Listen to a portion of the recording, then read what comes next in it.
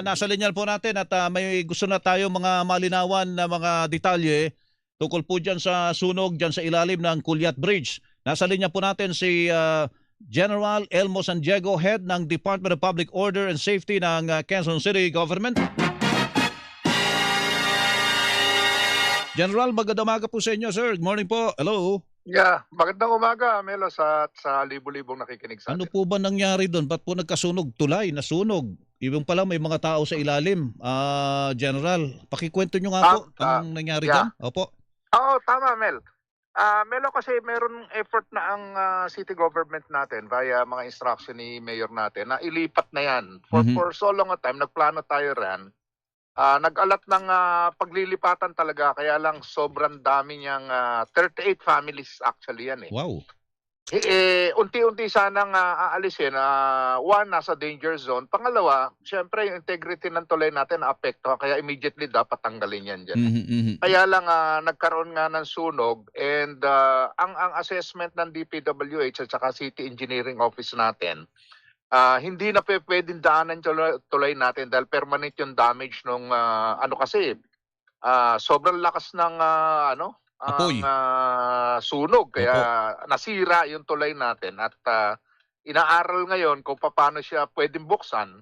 Pero for the meantime, meron tayong rerouting na ginawa dyan. Medyo mahirap ng konti pero sakal talaga rin sa tulay, umiikot yung mga sasakyan, hindi sila padadaanan for the meantime. Opo. General, saglit po, bago tayo pumunta doon sa mga rerouting, ibig sabihin yung tulay, yun yung parang bubong ng mga barong-barong sa ilalim, ganun po ba yon, General? Ganun nga yun, Melo, yun nga anong nangyari. Oho. So, matagal na talaga sila dyan? Kano na sila katagal dyan, General?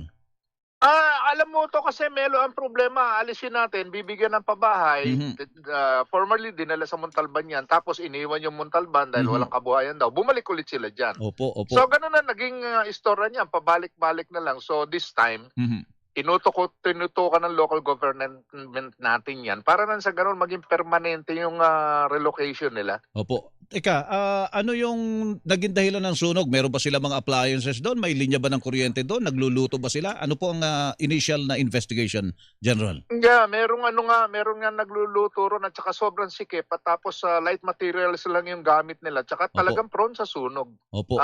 Yung mga materials na ginamit, medyo malalata lang, mga karton, minsan mga kahoy.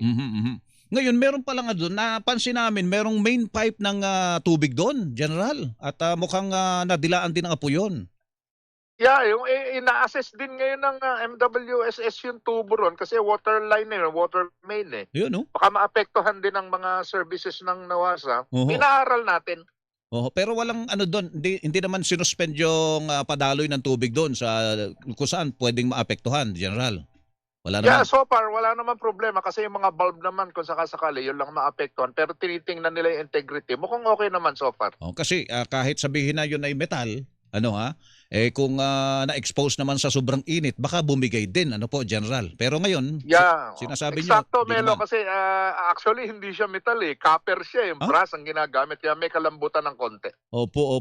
Yung tulay na yan, nakikita namin dito sa video habang tayo nag-uusap, pero parang mayroon pang butas eh. May umuusok-usok pat lumalabas. Akala mo bulkan nga eh. Parang nanggagaling sa ilalim eh. Parang may crater pa eh.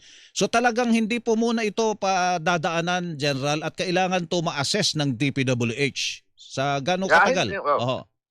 Oo, Melo, hindi pa talaga pwede kasi delikado para daanan, especially yung lugar na yan, busy, papuntang EDSA. Opo. Yung mga heavy trucks natin dyan dumadaan. So ngayon ang assessment namin doon, talagang until ma-certify o mabigyan ng tamang to na sinabi na pwedeng daanan, hindi natin padadaanan yan. Sarado ngayon yan. Opo, yun. Doon punta tayo doon sa kung saan sila pwedeng dumaan.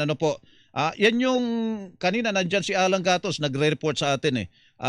Malapit na yan doon sa may Muñoz eh, kanto ng EDSA at Muñoz. Tama ba, General?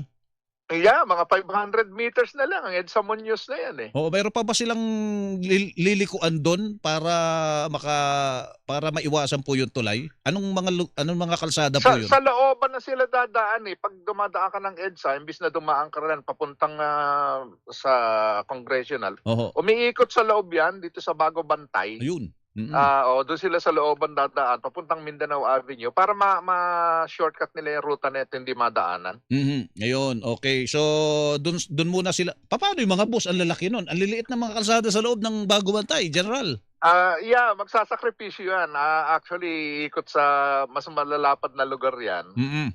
Pero hindi naman talaga padadaanan ng bus yan dahil nga yung mga light vehicles lang tsaka yung mga public utilities natin na maliliit na pinadadaan dyan eh. Oo. So sa ngayon, yung bus magtitiis muna sila ng malayo-layo or else titigil sila talagang outright na hindi padadaanan Ay, yan. doon muna sila sa may Mindanao Avenue. Batas, babalik sila ng North Avenue. Doon muna sila. Pwede yon, General? Yeah, pwede yon. Tapos iikot sila ng EDSA. Ang EDSA naman passable natin. Kaya lang meron tayong challenge sa traffic dyan. Pero yun ang pinakamagaan na daanan na nila. Yung pabalik, yung papasok din naman, nung magagaling sa EDSA, doon din sila papasok muna. Hindi muna talaga dito sa may Muñoz na ito, General. Oo, Melo. Ganun nga ang eksakto ang plano natin sa rerouting niya. Ano ang nangyari doon sa mga pamilya pala? Balikan natin, General.